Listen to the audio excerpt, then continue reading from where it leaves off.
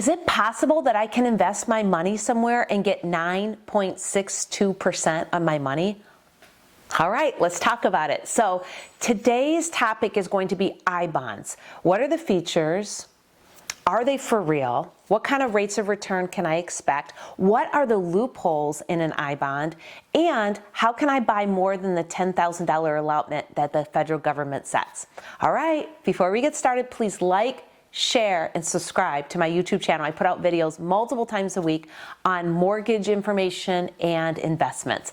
All right, I'm pretty excited about this one. So investors are rushing in to buy these I-bonds.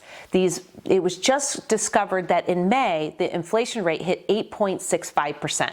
So with inflation going over 8%, what has happened is there's an offering for I-bonds for 9.62%. The I in the I-bond stands for inflation, and virtually it's a risk-free rate of return. It's a rate of return that you can expect without there being risk of losing your money because it's backed by the federal government. So that is the first thing about I-bonds and the features about it. You need to keep the I-bonds for a minimally of 1 year, or else you do lose the interest that you would have otherwise made. And there's other features on it, like you want to hold it for, if you don't hold it for 5 years, then they'll take back 3 months of interest. And we'll talk a little bit further about that as well. So the actual interest rate on I-bonds is actually variable. It resets every May and every November. So in May, the interest rate was defined at 9.62%. And again in November, it will be told to us what the interest rate is. And it's said that they expect inflation, or some investors and some economists are expecting that inflation will decrease. So we'll see if that ends up happening. So the current interest rate is 9.62%. You hold it for a total of 1 year, and then after the first 6 months, you'll have the secondary set of interest rate. And let's say that the interest rate goes to 6%. Well, then your blended rate over the 12 months is still set over 7%, like over 7.5%. Pretty good rate of return for your risk-free investment.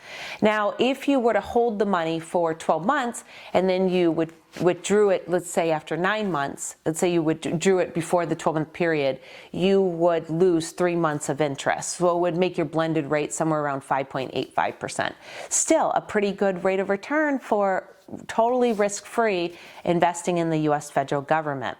So that is the kind of the ins and outs of it. How do you buy the federal bonds? You go to treasurydirect.com, and on their website it'll tell you about the 9.62%. It'll tell you the features and benefits of it. It'll explain a lot of what I'm saying today. And you can buy more than the minimum allotment. Is number one, you can buy for yourself and your spouse, $10,000 each. You can also buy for your children and grandchildren. And then there's this third interesting loophole. You can technically buy that as a gift with no limit. So your spouse could buy bonds for you on an unlimited basis, and you could buy bonds for your spouse.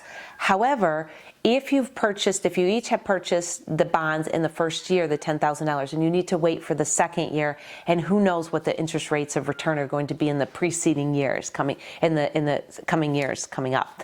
So I have bought my first $10,000 for me, and I was just waiting to decide if I was going to buy $10,000 for Mike as a gift and buy more, or if I was going to buy his initial $10,000 and then wait till next year. I'm going to see if I can buy his as a gift, which would mean what you would do as a gift is you'd set up that individual account and then link the two together, and the same thing with your kids.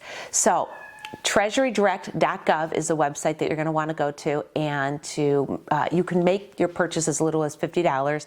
You'll set up an account, and in some cases, a person has to fill out a 5444 form, which I think is either because it's been randomly selected or you filled out incorrect information. So you don't have to put your driver's license number in, but I did. I put my driver's license number in, and then I made sure it was accurate, and you want to make sure that all the information is 100% correct and that your name correctly matches to the last tax return that you did. So to prevent that actual completing of that 5444 form, which I did not have to do, but I have have heard that some have had to complete that. So pretty awesome, right? I'm so excited for you. And where else can you get a guaranteed rate of return of 9.62% over the next 6 months? And then we'll see the second 6 months what that rate will look like come November. Thanks for watching. This is Dawn Connors at Mortgage One. Please like, share, and subscribe to my YouTube channel.